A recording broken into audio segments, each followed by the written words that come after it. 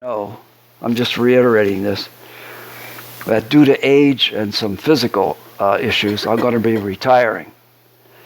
And I'm going to be retiring in sort of phases. And that is so that I can assist and help in getting someone to replace me. So I won't officially be an unpastor until we have someone hired and take my place. And then I like to be like what they call pastor emeritus, which simply means I can come worship with you and guess what? Sit with my wife during a worship service, which for years I've been unable to do. So I'm reluctant in doing this because I love the ministry and I love you guys, but I think it's right. That's best for the church because sometimes I don't have that fire that I used to have. So I want to make sure that we have a good man here, qualified educationally and spiritually, and experience, so that they'll be passing on a good church, and a church that I still want to be part of, but just be with you guys. So the phase I see is coming around June. I will put myself on half pay so that we can put money aside so we can hire a full-time pastor. And then once we have hired someone, I'll spend months or a year or so training him, working with him, and then we'll hire him, and that'll be our position, our pastor. Now, in the meantime, we want to continue to grow and continue to ask God's blessing. As a result of the week of fasting and prayer, 3 things came out that we need to, it's like a 3-legged stool to hold us in our vision. And the first is that we'll continue to be a praying church. Secondly, we'll be a healing church. And thirdly, we'll be a loving church. Those 3 pillars. So when we continue to work on that while we're transitioning, we don't want to put that aside. And let's see, what else do I have here? Oh, the elders have already been having meetings and trying to figure out where we go and how do we do this to find a replacement for me. And that we want to expand that group a little bit too. So if you have any input, any ideas, please let us know privately so we can work on those. We'll probably be going to Gordon College or Gordon Seminary or Liberty or some of these Bible schools to find a person with their placement help. So I'm excited about it because I think we're going to have a new phase, a new emphasis, a new growth, a new direction, new vim and vigor. And I think this is one of the greatest churches around, so I still want to be part of it.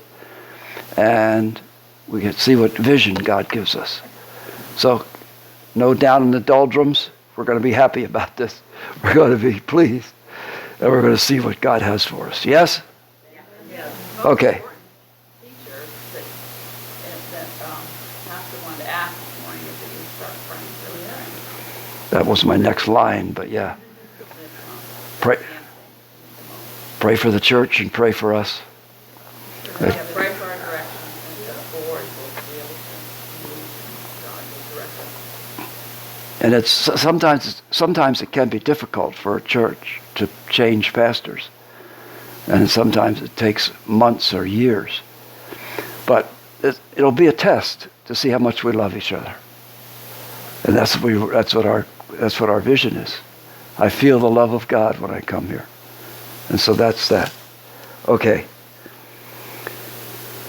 Now, there's a couple of things. The teaching today is going to be on video. Okay?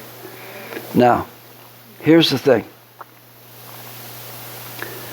I heard on WIHS that that Franklin Graham is very concerned about this election coming up.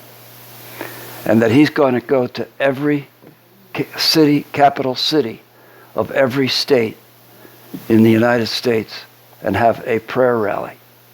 I think that's tremendous. I think that's great. I think that's so significant. Because the mess that our country is in and the things that are happening in our world, especially the Middle East, the only answer is prayer. And as Mercy was sharing what it's like to be a Christian in the face of Boko Haram, and it's difficult. It's very difficult. And so prayer is the answer, and great faith. So that's one thing. Another thing is, I don't know if you remember back, I don't know, maybe 10 years ago or so, we had a series called Full Flame. And that was by Reinhard Bonnke. Reinhard Bonnke is a man who has a vision for Africa. And the teaching today is going to be on faith and fear. And it's going to be around that country that I mentioned of Kenya. And what is amazing is God used him. He started out just as a little street preacher with an accordion. And then God built it up to 10. And there's one scene where it seems like there are almost 1 million people at one of his conferences. Now, he has taken on the challenge to do those type of rallies in this country. So I want you to be familiar with him and see that is a challenge. That's a real challenge to have large Christian salvation type rallies in this country. And so that is what we're going to watch today, his teaching on that. That's Reinhard Bonnke, and he wants to bring revival to America. And don't you? Yeah. Don't we want that? That's our only hope. But it's our greatest hope. And I'm glad we have that hope. Aren't you? Okay, so this is about 20, 25 minutes. And this is the sermon, so to speak, for today. And is this in the way for anybody? Okay, and get